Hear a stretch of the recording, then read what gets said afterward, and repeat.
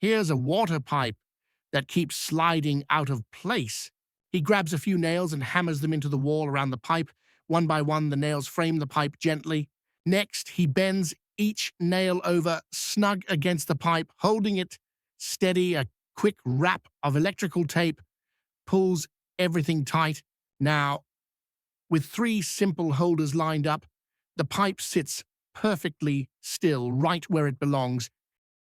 He gives it a little shake, solid as a rock, a quick fix that's not going anywhere.